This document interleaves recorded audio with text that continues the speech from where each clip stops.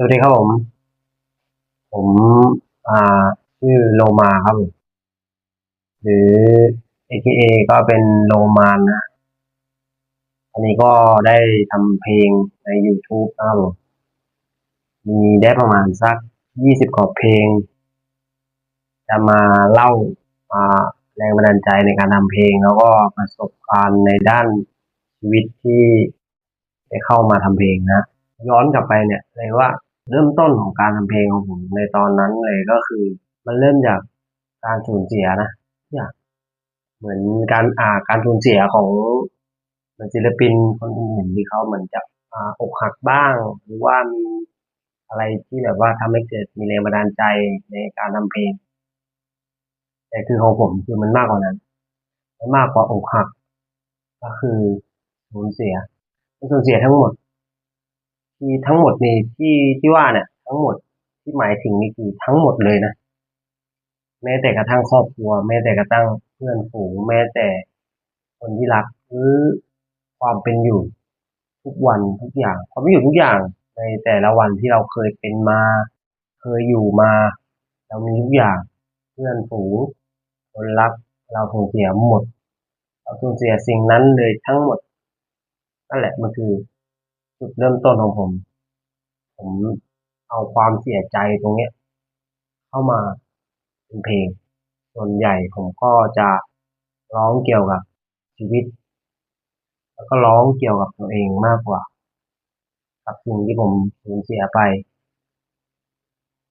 แล้วก็ เพลงของผมก็จะเป็นแนวเพลงR&B แล้วก็น่าจะเป็นร้องในเมโลดี้ประมาณนี้ครับแต่ตอนนี้ผมฟังของสลันแล้วก็อิสริกยังโอมพวกนี้เลยครับผมฟังหลักๆเลยก็จะเป็นสลันวันมิวพวกเนี้ยส่วนถ้าถามว่าผมชอบศิลปินคนไหนแรปเปอร์คนไหนที่แบบว่าชอบเป็นพิเศษส่วนตัวเลยก็คือผมชอบ 2K แล้วก็เคซิกวายวันเอทีพีซิกคือผมชอบมากผมชอบผลงานของเขามากแล้วผมก็ฟังผลงานของเขาถ้ามีโอกาสผมก็อยากจะร่วมงานกับเขาอยากความฝันของผมเลยอะก็คืออยากได้ทำเพลงเกี่ยวร่วมกับอ่าศิลปินพวกนี้ของเคซิกวาย 2K เนี่ยผมมีโอกาสผมอยากทำกับพวกเขามากๆแล้วก็ความฝันของผมที่ผมฝันตอนนี้เลยผมก็แค่อยากจะไปยืนบนเวที ได้ไปร้องเพลงจับไมค์ให้กับคนอื่นได้ฟังเพลงของผมตอนนี้ก็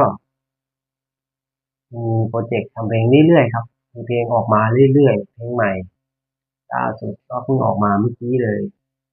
ได้เพลงมาตอนนี้เพลงของผมมีทั้งหมดประมาณ20กว่าเพลงน่าจะ20กว่าเพลงนะครับตามเข้าไปฟังได้ครับทุกช่องทางครับผมทั้ง TikTok แล้วก็ Facebook แล้วก็ YouTube ครับอืมถ้ามีโอกาสผมขอได้ร่วมงานกับศิลปิน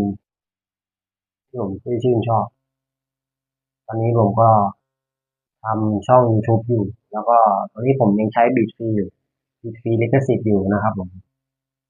แล้วก็อนาคตผมก็จะใช้บีทของตัวผมเองแน่นอนตอนนี้ผมกำลังสร้างช่องว่าฝากติดตาม YouTube ให้ช่องผมได้ผ่านรายได้แล้วผมก็จะมีผลงานดีๆให้กับทุกคนได้ฟังชื่อเล่นผมคือโลมานะครับ AKA โลมานะครับผม LOMAL ครับเจอกันครับ